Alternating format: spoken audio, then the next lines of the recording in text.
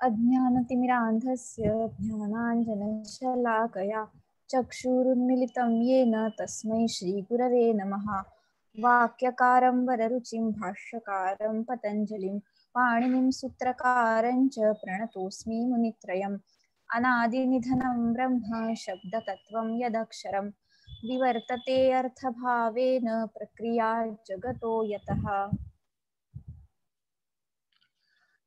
अस्तु, कदा पर्यन्तम् कियत् पर्यन्तम् अभवत्? अहं पश्यामि 76 कारिका समाप्ता इति मन्ये। सत्यं?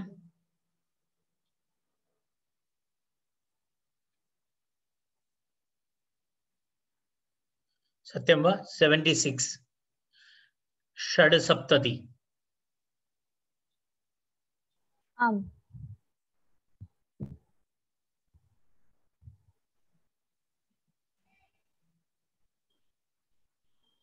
अस्तु, इदानीं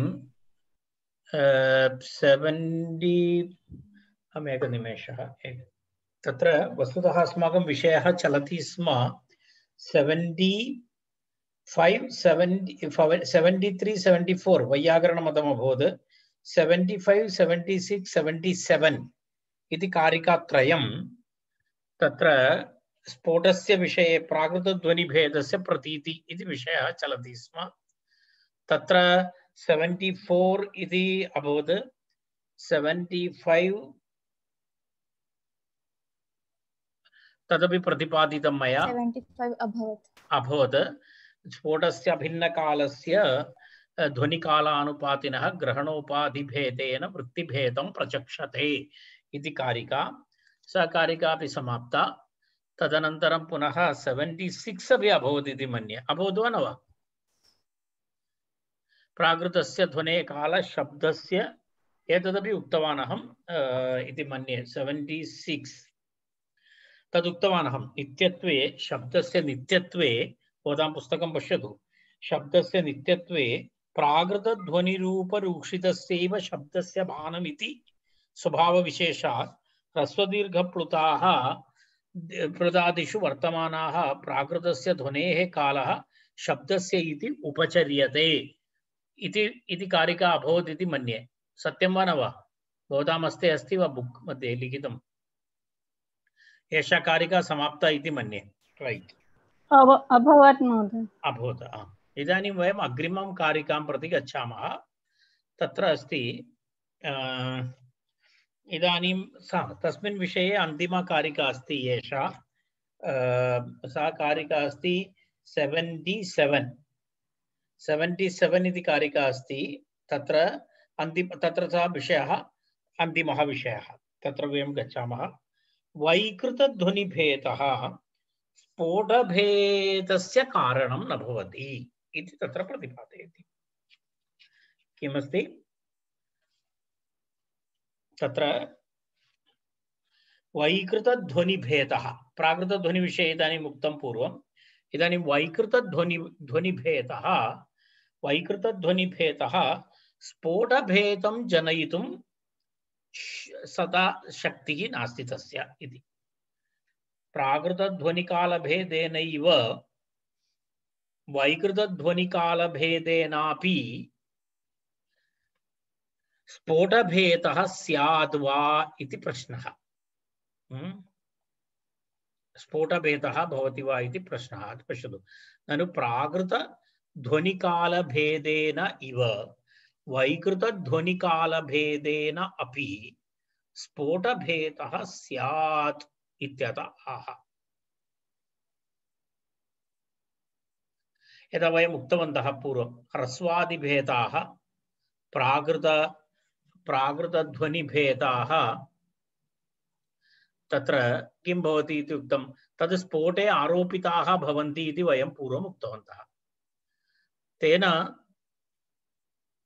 तत्र ह्रस्वः दीर्घः इत्यादि तपरादिकं वयं कृतवन्तः इत्यपि पूर्वम् उक्तं। तपरकरणं विषयेपि पूर्वं प्रतिपादितं। तर्हि वैकृतध्वनि तत्रापि कालभेदः भवति वा स्फोटे इति तत्र प्रश्नः। तर्हि तस्य उत्तरम् उक्तं, अग्रिमकारिकायां प्राकृतध्वनिकालभेदेन इव वैकृतध्वनिना कालभेदः इति तु न भवति अत्र तस्मिन् विषये अग्रिमकारिका तस्मिन् विषये तद् कारिकात्रयं तत्र अन्तिमकारिका अस्ति एषा तत्र पश्यतु अहं पठामि भवन्तः अपि पठन्तु शब्दस्योर्ध्वमभिव्यक्तेर् शब्दस्य ऊर्ध्वम् अभिव्यक्ते वृत्तिभेदे तु वैकृताः वृत्तिभेदे तु वैकृताः ध्वनयः समुपोहन्ते ध्वनयः समुपोहन्ते स्फोटात्मातैर्न भिद्यते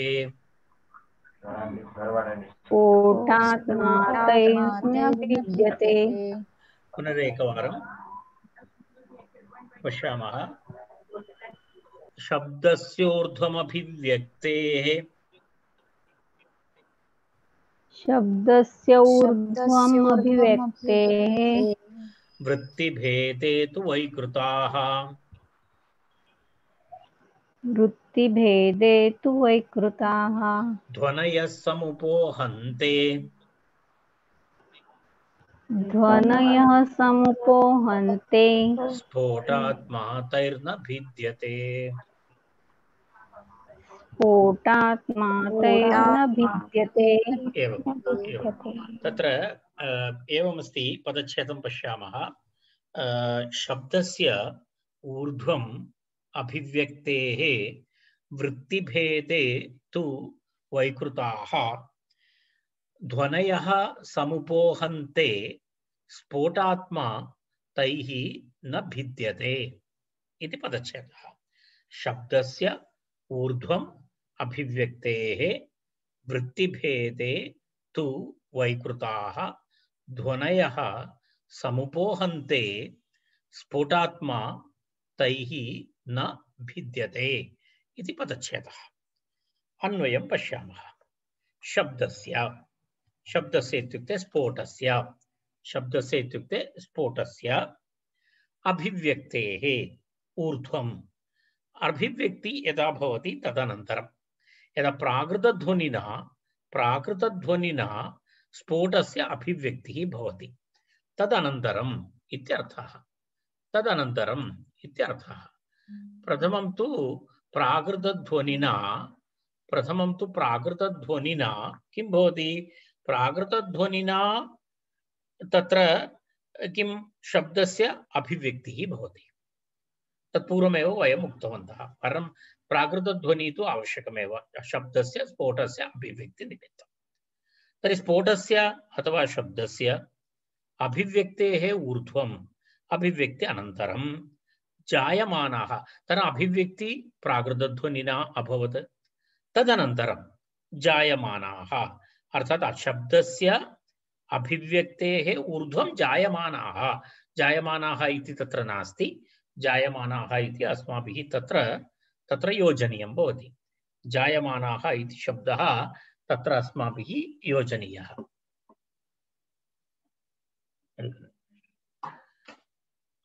जायमानः इति शब्दः तत्र योजनीयः तर्हि तदनन्तरं जायमानाः वैकृताः ध्वनयः अर्थात् शब्दस्य अभिव्यक्तेः ऊर्ध्वं जायमानाः वैकृताः ध्वनयः वृत्तिभेदे अर्थात् वैकृतध्वनि तर्हि शब्दस्य स्फोटस्य अभिव्यक्ति अनन्तरमेव वैकृतध्वनयः जायमानाः भवन्ति जायमानाः वैकृताः ध्वनयः वृत्तिभेदः नाम द्रुत मध्यमा विलम्बित इत्यादि वृत्तयः यथा वेगेन वदन्ति केचन मन्दं वदन्ति केचन मध्यम इति द्रुत मध्यमा विलम्बिता इत्यादि भिन्न वृत्तिभेदे समुपोहन्ते इत्युक्ते कारणानि भवन्ति इत्यर्थः समुपोहन्ते इत्युक्ते कारणानि भवन्ति इत्यर्थः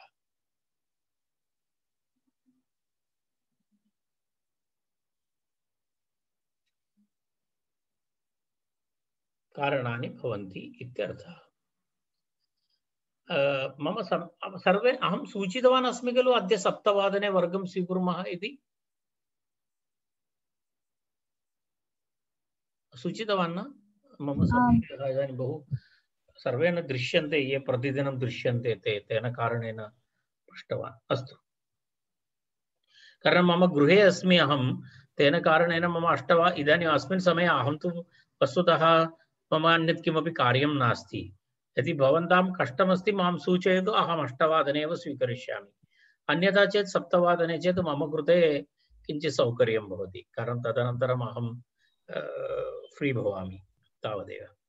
कारणम् अहं गृहे अस्मि इति मम इदानीं 7 दिनानि एतस्मिन् प्रकोष्ठे एव उपवेष्टव्यमस्ति मया। 7 दिनानि मम क्वारंटैन् अस्ति, बहिर्गन्तुं न शक्नोमि। तर्हि अहं फ्री अस्मि, तेन कारणेन अहम् उक्तवान् अहं करिष्यामि।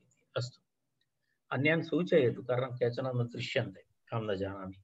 अस्तु, तर्हि कारणानि भवन्ति इति। तैः स्फोटात्मा न भिद्यते, अर्थात् तैः इत्युक्ते द्रुत, मध्यमा, विलम्बिता इत्यादि भिन्न वृत्तिभिः स्फोटात्मा अर्थात् स्फोट रूपः, स्फोटात्मा इत्युक्ते स्फोटस्वरूपं, स्फोटस्य यत् शब्द स्फोटस्वरूपमस्ति तद् न भिद्यते। न भिद्यते इत्युक्ते तस्य कोऽपि भेदः न भवति, तस्य स्फोटस्वरूपस्य कोऽपि भेदः न भवति इति तस्य आशयः। शब्दस्य ऊर्ध्वं, शब्दस्य अभिव्यक्तेः ऊर्ध्वं जायमानाः वैकृताः ध्वनयः वृत्तिभेदे समुपोहन्ते। वृत्तिभेदे समुपोहन्ते इत्युक्ते द्रुत, मध्यमा, विलम्बिता इत्यादि भिन्न वृत्तीनां भेदे कारणानि भवन्ति। तैः अर्थात् एतैः वृत्तिभिः स्फोटात्मा न भिद्यते। स्फोटः तु स्फोटस्वरूपस्य कोऽपि भेदः नास्ति। तत्र किमस्ति इति तस्य एकम् उदाहरणेन प्रतिपादयितुं प्रयत्नं करिष्यामि। यदा भवन्तः कुत्रचित् अन्धकारे एकः घटः अस्ति इति चिन्तयतु। बहु अन्धकारः, अन्धकारावृतः प्रदेशः, एकः घटः अस्ति तत्र। तर्हि तत्र एक दीपम् आनीय, टार्च लाइट इति चिन्तयतु। एकं करदीपम् आनीय, टार्च लाइट आनीय तस्य प्रकाशेण यदा वयं तद् प्रथमप्रकाशकिरणं, तस्य करदीपस्य प्रथमप्रकाशकिरणं घटे यदा पतति तर्हि तत्र किं भवति? घटः प्रकाशितः भवति, घटं द्रष्टुं शक्नोति।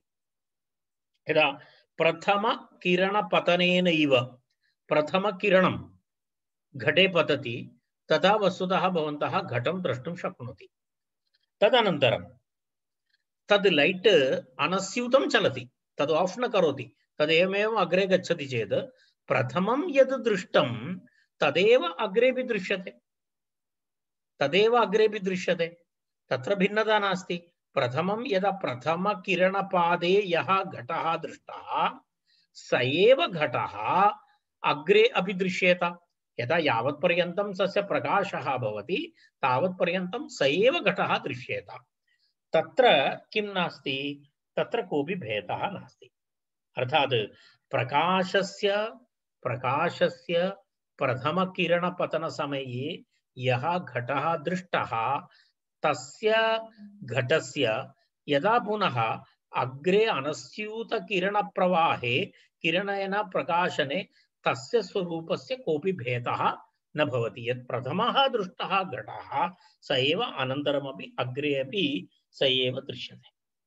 तर्हि वयम् एतदेव उदाहरणम् अस्मिन् विषयेपि पश्यामः। यः प्रथमः किरणः भवति सः वस्तुतः प्राकृतध्वनिः। शब्दविषयेपि एवमेव अस्ति। प्रथमः किरणः इति अहं यत् उदाहरणम् उक्तवान्, शब्दविषये चेत् सः तु किं भवति? प्रथमः किरणः, सः तु किं भवति? सः प्राकृतध्वनिः इति भवति।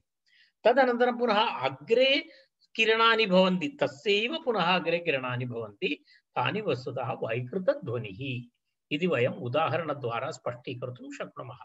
तर्हि प्रथमं घटे यः प्रकाशकिरणं पतितं प्रकाशस्य किरणं पतितं तद् वस्तुतः प्राकृतध्वनि।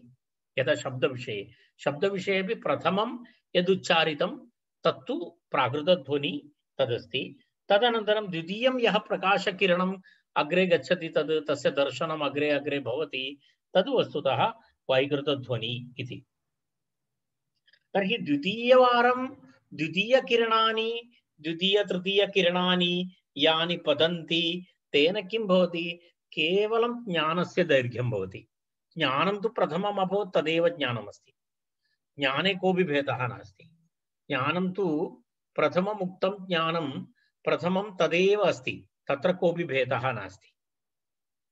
तत्र यद् प्रथमं दृष्टघटः एव भवति, केवलं तस्य किं भवति?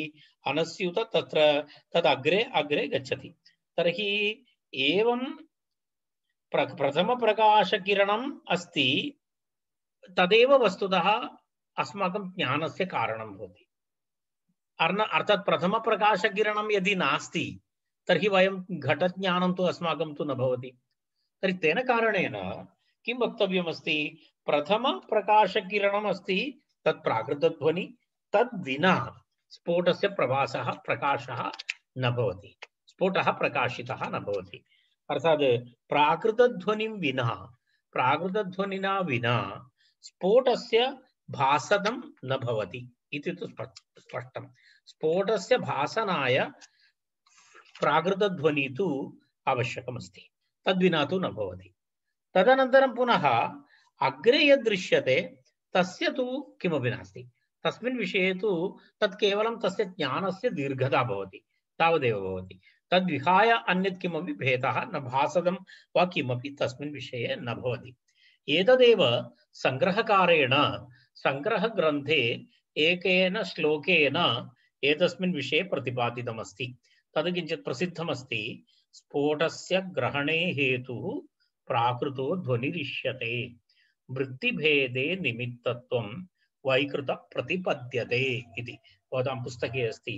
टेक्स्ट मध्ये सः श्लोकः दृश्यते। अत्र सः श्लोकः अत्र अस्ति, पश्यतु। एतत् एषः श्लोकः। तत्र किमस्ति? तत्र किं वदति? स्फोटस्य ग्रहणे हेतुः प्राकृतः ध्वनिः इष्यते। प्राकृतः ध्वनिः इष्यते। स्फोटस्य ग्रहणे हेतुः प्राकृतः ध्वनिः इष्यते, वृत्तिभेदे निमित्तत्वं वैकृतः प्रतिपद्यते इति। द्वयोः अपि प्राकृतध्वनेः किं कार्यं, वैकृतध्वनेः किं कार्यम् इति विषये तत्र उक्तमस्ति।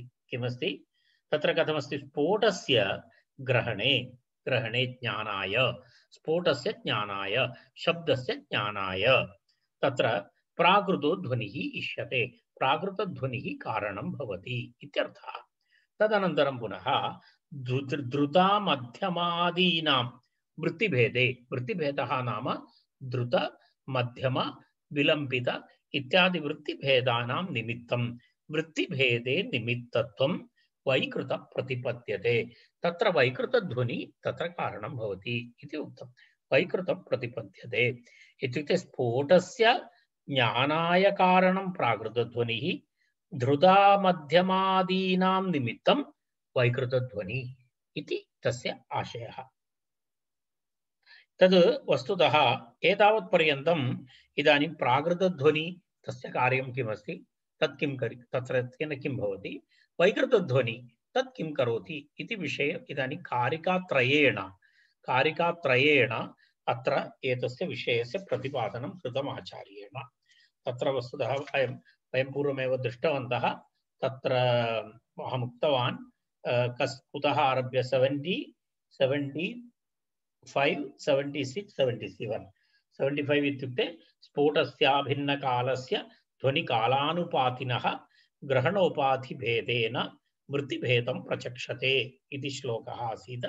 76 स्वभावभेदानित्यत्वे ह्रस्वदीर्घप्लुतादिषु प्राकृतस्य ध्वने काल शब्दस्येति उपचर्यते इति तृतीयः। तत्र पुनः अन्तिमः तस्मिन् गणे शब्दस्योर्ध्वमभिव्यक्ते वृत्तिभेदे तु वैकृताः ध्वनयः समुपोहन्ते स्फोटात्मा तैर्न भिद्यते इति। तर्हि एवम् अन्तिमश्लोकः एतस्मिन् गणे। वयम् एतं श्लोकं पठामः।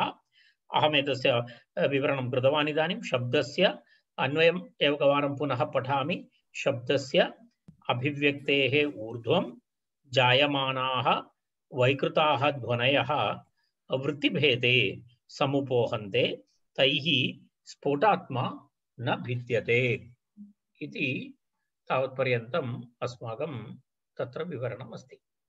अहम् एकवारं पठामि, भवन्तः अपि पठन्तु, अग्रे गच्छामः।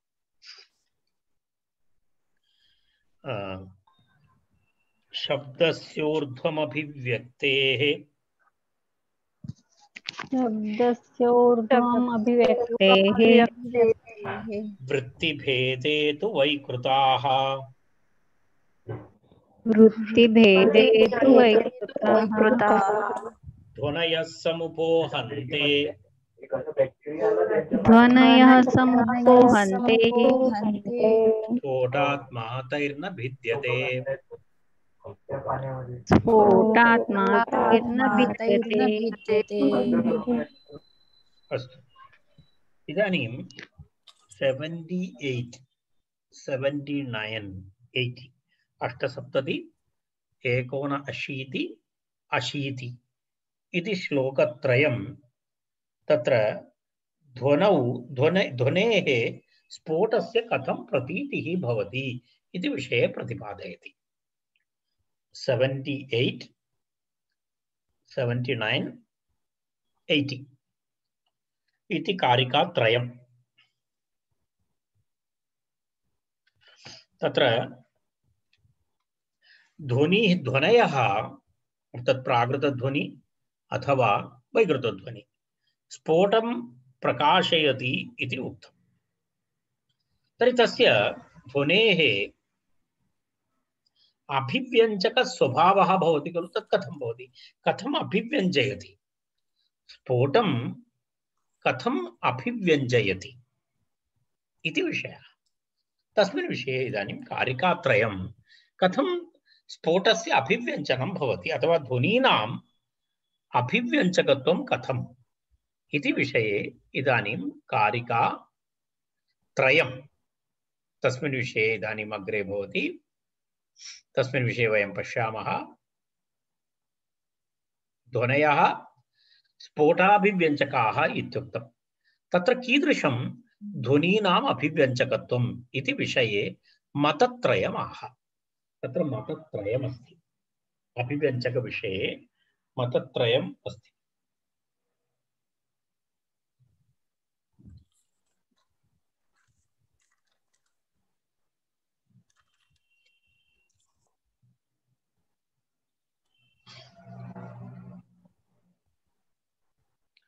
प्रथमः श्लोकः पठामि, भवन्तः अपि पठन्तु। इन्द्रियस्यैव संस्कारः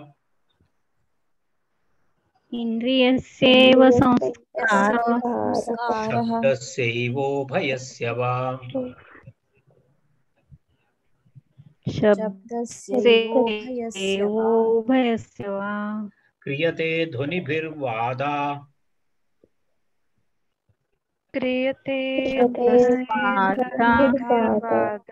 त्रयोभिव्यक्तिवादिनाम्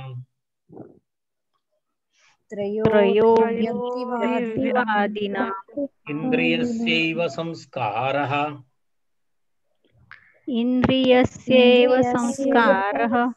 शब्दस्यैवोभयस्य वा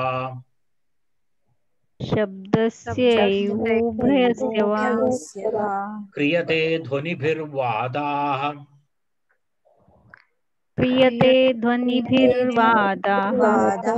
त्रयोभिव्यक्तिवादिनाम्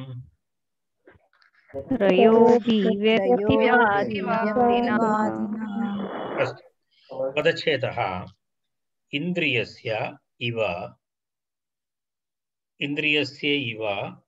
संस्कारः शब्दस्यैव उभयस्य वा। इन्द्रियस्य एव नास्ति, इन्द्रियस्य एव संस्कारः शब्दस्य एव अथवा उभयस्य वा क्रियते ध्वनिभिः वादाः त्रयः अभिव्यक्तिवादिनाम् इति पदच्छेदः। इन्द्रियस्यैव संस्कारः अथवा शब्दस्यैव उभयस्य वा क्रियते ध्वनिभिः वादाः त्रयः अभिव्यक्तिवादिनाम् इति अस्ति। तत्र एतस्य आशयः अभिव्यक्तिवादिनां पक्षे, अभिव्यक्तिवादिनां पक्षे, अभिव्यक्तिवादिनः इत्युक्ते शब्दाभिव्यक्तिवादिनाम् अर्थात् शब्दाभिव्यक्तिविषये इत्यर्थः। शब्दस्य कथम् अभिव्यक्तिः भवति, अभिव्यक्तिवादिनः नाम शब्दः ध्वनिना अभिव्यक्तः भवति इति ये वादं कुर्वन्ति ते अभिव्यक्तिवादिनः। शब्दस्य अभिव्यक्तिः ध्वनिना भवति, शब्दस्य अभिव्यक्तिः ध्वनिना भवति इति येषां मतम् अस्ति, येषाम् आचार्याणां मतम् अस्ति, तेषां पक्षे शब्दः ध्वनिना अभिव्यक्तः भवति इति। तस्मिन् पक्षे त्रयः वादाः सन्ति, त्रयः पक्षाः सन्ति इत्यर्थः। त्रयः वादाः सन्ति, त्रयः वादाः सन्ति इत्युक्ते तस्मिन् विषये पक्षत्रयम् अस्ति। अभिव्यक्तिवादिनां पक्षे त्रयो वादाः सन्ति इति, तत्र सन्ति इति नास्ति, सन्ति इति वयम् अध्याहारं कुर्मः, सन्ति इति तत्र वयं योजयामः। पक्षे इत्यपि नास्ति, पक्षे इत्यपि वयं तत्र योजयामः। तर्हि अभिव्यक्तिवादिनां पक्षे त्रयः वादाः सन्ति। कथं तद्? ध्वनिभिः इन्द्रियस्यैव संस्कारः क्रियते इति एकः पक्षः। ध्वनिभिः, एतस्य सर्वं सोदाहरणम् अग्रे प्रतिपादयेत्। एतत् केवलम् उपस्थापनम् अस्ति अस्यां कारिकायां। ध्वनिभिः, प्राकृतध्वनि अथवा वैकृतध्वनि, ध्वनिभिः इन्द्रियस्यैव संस्कारः क्रियते, इन्द्रियस्यैव संस्कारः क्रियते इति एकः पक्षः। ध्वनिभिः शब्दस्य संस्कारः क्रियते इति द्वितीयः पक्षः। ध्वनिभिः शब्दस्य संस्कारः क्रियते, शब्दस्य संस्कारः क्रियते इति अर्थात् प्रथमपक्षे तु ध्वनिभिः इन्द्रियस्य संस्कारः क्रियते, तेन शब्दज्ञानं भवति इति प्रथमः पक्षः।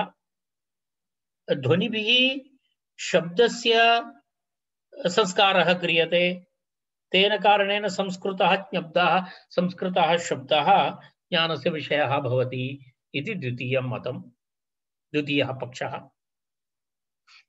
तृतीयः पक्षः ध्वनिभिः उभयस्य संस्कारः क्रियते इति। उभयस्य संस्कारः क्रियते इति। उभयस्य इत्युक्ते कस्य? शब्दस्य, ध्वनिभिः शब्दस्यापि संस्कारः क्रियते, इन्द्रियस्यापि संस्कारः क्रियते इति तृतीयः पक्षः। तत्र एवं अभिव्यञ्जकाः ध्वनयः श्रोत्रेन्द्रियं प्रति पतित्वा शब्दग्रहणाय कश्चन संस्कारः श्रवणेन्द्रियस्य भवति, इन्द्रियस्य संस्कारः इति सः पक्षः। तेन संस्कारेण संस्कृतः इन्द्रियः शब्दस्य ग्रहणं करोति इति प्रथमः पक्षः।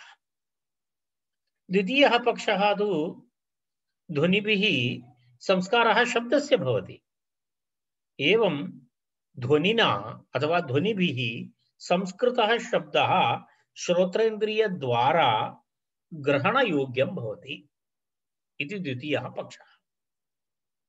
तृतीयः पक्षः ध्वनिभिः इन्द्रियस्य शब्दस्य च संस्कारः भवति, एवं संस्कृतः इन्द्रियद्वारा संस्कृतेन इन्द्रियेण संस्कृतेन शब्देन च संस्कृतेन इन्द्रियेण संस्कृतस्य शब्दस्य ग्रहणं भवति इति तृतीयः पक्षः। तर्हि केवलम् इन्द्रियस्य संस्कारेण ग्रहणं भवति इति प्रथमः पक्षः, शब्दस्य संस्कारेण ग्रहणं भवति इति द्वितीयः पक्षः, इन्द्रियस्य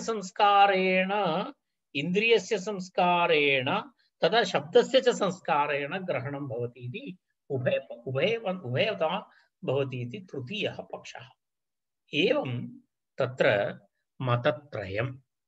तदेव तत्र उक्तं ध्वनिभिः इन्द्रियस्यैव संस्कारः क्रियते, ध्वनिभिः शब्दस्य संस्कारः क्रियते, ध्वनिभिः उभयस्य संस्कारः क्रियते इति तत्र पक्षत्रयं तत्र तस्मिन् विषये उक्तम्। इदानीं तस्य उदाहरणम् अग्रिमकारिकाद्वारा प्रतिपादयति। तर्हि एतावदेव अत्र वक्तव्यमस्ति। अभिव्यक्तिवादिनां पक्षे त्रयः वादाः सन्ति। ध्वनिभिः इन्द्रियस्यैव संस्कारः क्रियते इति एकः पक्षः, ध्वनिभिः शब्दस्य संस्कारः क्रियते इति द्वितीयः पक्षः, ध्वनिभिः उभयस्य संस्कारः क्रियते इति तृतीयः पक्षः। एवं पक्षत्रयं तत्र प्रतिपादितमस्ति। वयम् एतं श्लोकं पठित्वा अग्रे गच्छामः। इन्द्रियस्यैव संस्कारः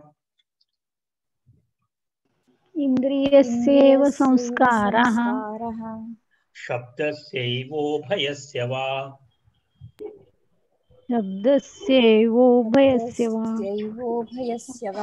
क्रियते ध्वनिभिर्वादा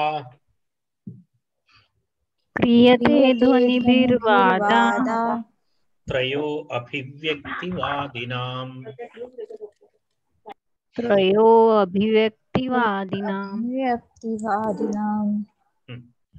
इदानीम् अग्रिमः श्लोकः तत्र ध्वनिभिः इन्द्रियस्य संस्कारः भवति इति प्रथमं पक्षं, तथा ध्वनिभिः शब्दस्य संस्कारः भवति इति द्वितीयपक्षः।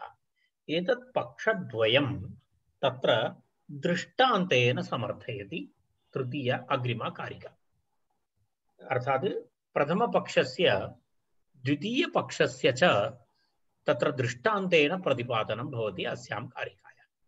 प्रथमपक्षः नाम किमस्ति? ध्वनिभिः इन्द्रियस्यैव संस्कारः भवति, तेन शब्दस्य ज्ञानं भवति।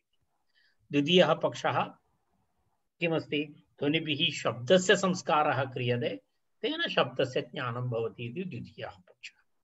एवं पक्षद्वयं तत्र अस्ति।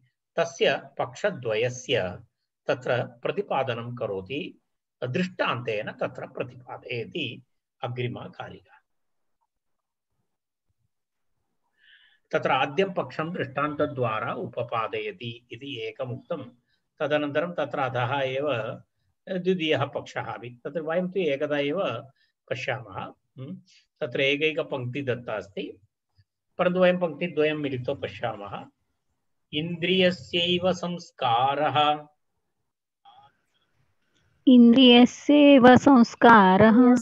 समाधानाञ्जनादिभिः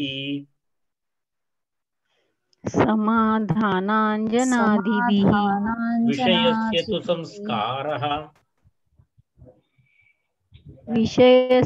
संस्कारः तद्गन्धप्रतिपत्तये।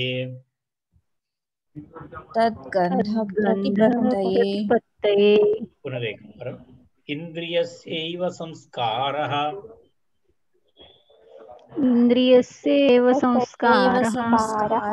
समाधानाञ्जनादिभिः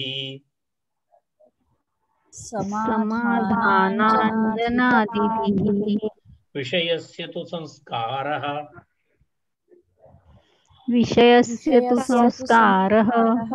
तद्गन्धप्रतिपत्तये।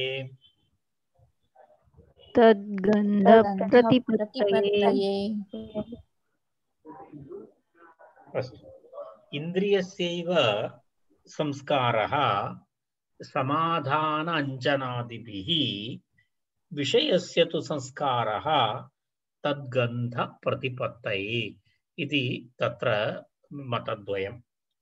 समाधान अंजनादिभिः इन्द्रियस्यैव संस्कारः यथा क्रियते इति यदा किमपि वस्तुविशेषस्य दर्शनम् इति चिन्तयति तत्र कथं भवति एकः व्यक्तिविशेषः सः कमपि पदार्थं द्रष्टुं प्रयत्नं करोति पश्यति सः एकवारं सः पश्यति तदा तत् किमिति अवगन्तुं न शक्नोति तर्हि सः किञ्चित् हस्तं स्पर्शं कृत्वा हस्तेन नेत्रं मार्जयित्वा पुनरेकवारं पश्यति तर्हि कदाचित् तेनापि द्रष्टुं न शक्नोति सः उपनेत्रं स्थापयित्वा पश्यति अथवा ततोपि बृहदाकारकं किमपि स्वीकृत्य पश्यति तर्हि एतत् सर्वं वस्तुतः पदार्थस्य उपरि कोऽपि भेदः नास्ति एतत् सर्वसंस्कारः कुत्र क्रियते इन्द्रियस्य उपरि क्रियते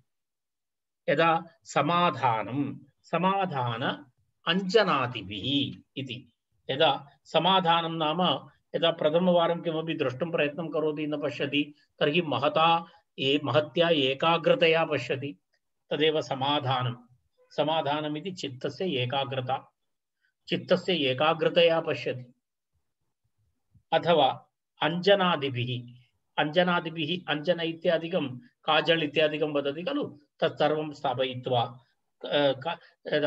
काजल वा अथवा उपनेत्रं वा तत्र तादृशं किमपि स्थापयित्वा इन्द्रियस्य संस्कारः क्रियते तेन इन्द्रियस्य शक्तिः वर्तते द्रष्टुं शक्नोति तर्हि एवं समाधान अंजनादिभिः अंजनं नाम काजल इति वदति तत् कज्जलिका समाधान अंजनादिभिः इन्द्रियस्यैव संस्कारः यथा क्रियते तत्र वस्तु यदा यदा किमपि पठितुं प्रयत्नं करोति सः तर्हि उपनेत्रं स्थापयति इति चेत् तत्र पुरतः पाठ्यसामग्री यदस्ति तत्र कोऽपि संस्कारः न भवति इति मतं संस्कारः तु इन्द्रियस्य भवति इन्द्रियस्य संस्कारेण सः पठितुं शक्नोति इति तस्य द्रष्टुं शक्नोति इति तद्वत् तथा अत्र एवं करणीयम् अस्माभिः तत्र तस्य इतोपि पूरणीयं भवति वाक्यपूरणं करणीयं भवति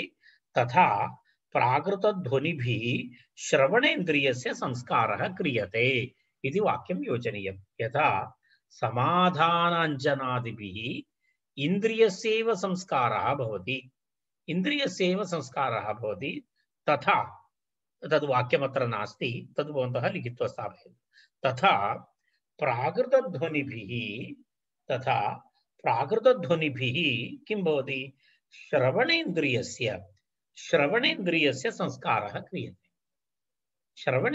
संस्कारः क्रियते इत्यर्थः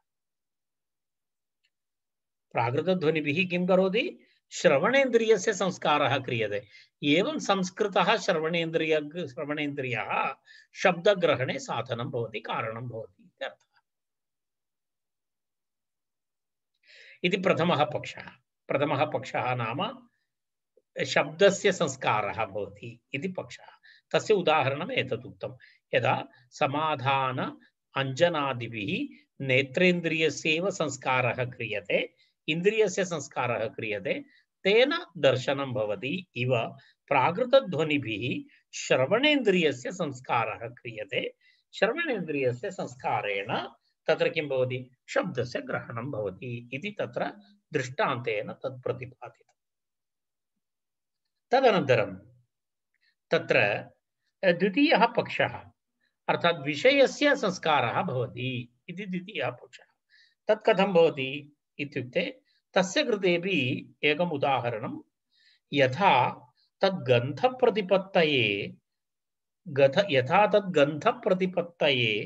तथा विषयस्य संस्कारः तु भवति इति तत्र एवमस्ति यदा उष्णकालः भवति यदा भवन्तः उष्णकाले सायंकाले गृहस्य मार्जनं कुर्वन्ति इति चिन्तयतु प्राङ्गणस्य मार्जनं कुर्वन्ति प्राङ्गणस्य मार्जनं कृत्वा तदनन्तरं तत्र किञ्चित् जलं स्थापयति इति चिन्तयतु तर्हि एवं यदा जलं वयं स्थापयामः ततः कश्चन गन्धः तु भवत्येव ततः कश्चन गन्धः निश्चयेन भवति तत्र गन्धः उत्पन्नः भवति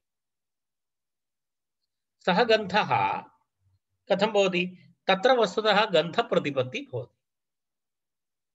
गन्धप्रतिपत्तिः भवति ततः यदा उष्णमृत्तिकायां यदा वयं जलं स्थापयामः ततः कश्चन गन्धः आयाति, ततः तस्य गन्धस्य ज्ञानं भवति अस्माकम्। इदानीम् अत्र तु कस्य संस्कारः जातः?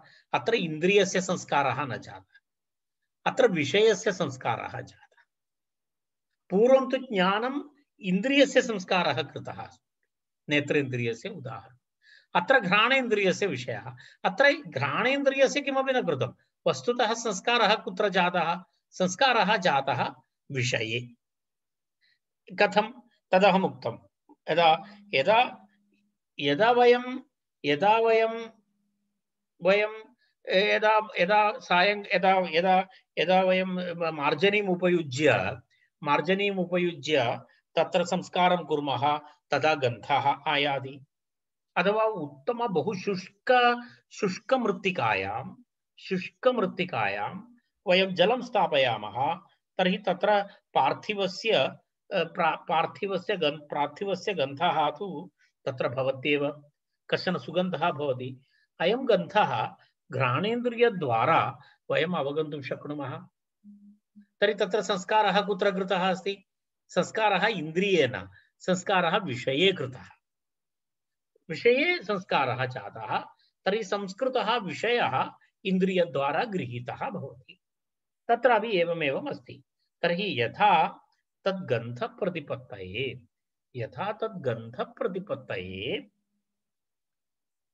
एकनिमेषः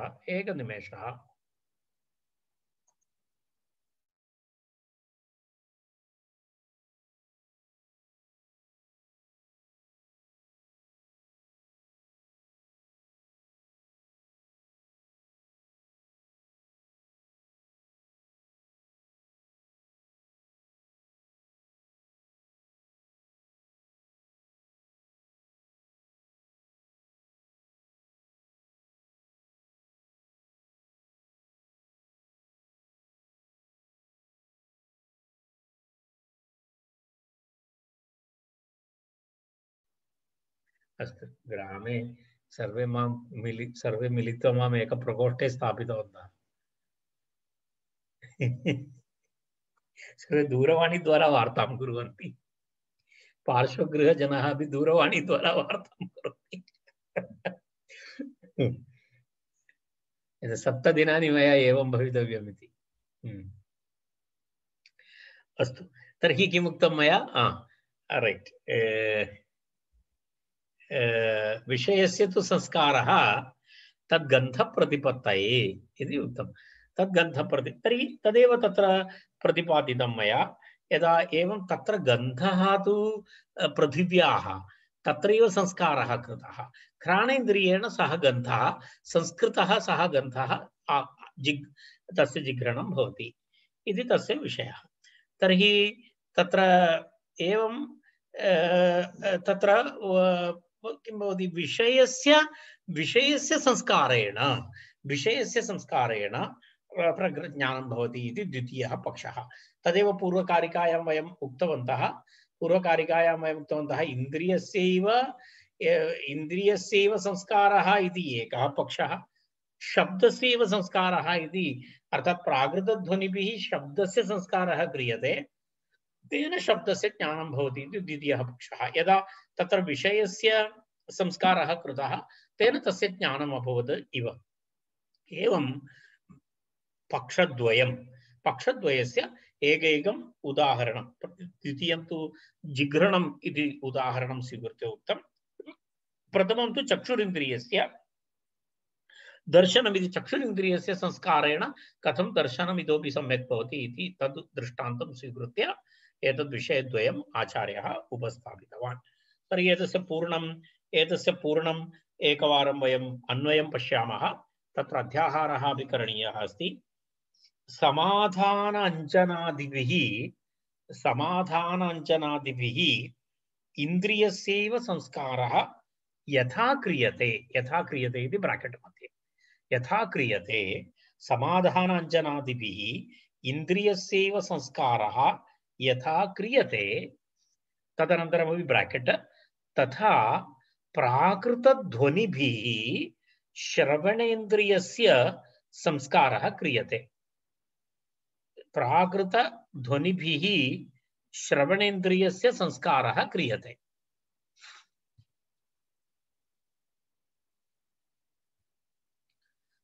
इति प्रथमः पक्षः।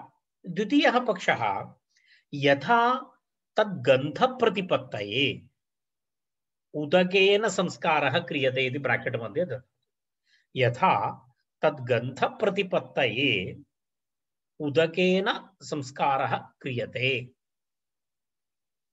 इति ब्राकेट् मध्ये। यथा गन्धप्रतिपत्तये उदकेन संस्कारः क्रियते। अहम् उक्तवान् यदा मृत्तिकायाम् उष्णमृत्तिकायां जलं स्थापयति, उदकं स्थापयति, तर्हि ततः सुगन्धः आयाति। यदा वयं जानीमः यदा मे मासस्य यदा मे मासस्य अन्तिमसमये काचित् वृष्टिः भवति इति चिन्तयतु, एवं सुगन्धः आयाति, मृत्तिकायाः सुगन्धः आयाति। तत्र संस्कारः नासिकायां किमपि न कृतं। तत्र संस्कारः कुत्र कृतः? मृत्तिकायाम् अभवत्, नासिकायां न अभवत्। विषयस्य संस्कारः जातः। तथा विषयस्य संस्कारः तु भवति। तथा करोतु। यथा गन्धप्रतिपत्तये उदकेन संस्कारः क्रियते तथा विषयस्य संस्कारः तु भवति। एवं ब्राकेट् मध्ये एव अग्रे एवं प्राकृतध्वनिभिः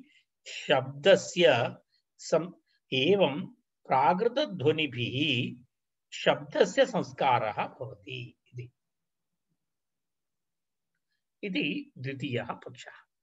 एवं तत्र पक्षद्वयं दृष्टान्तेन अत्र आचार्यः प्रतिपादितवान् इति तस्य अन्वयः। एकवारं पठामः। इन्द्रियस्यैव संस्कारः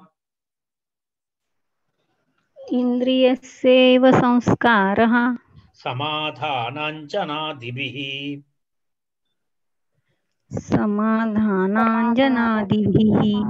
विषयस्य तु संस्कारः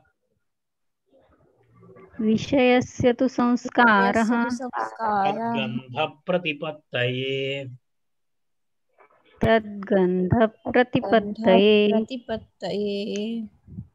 अस्तु, इदानीं वयम् अत्र तिष्ठामः।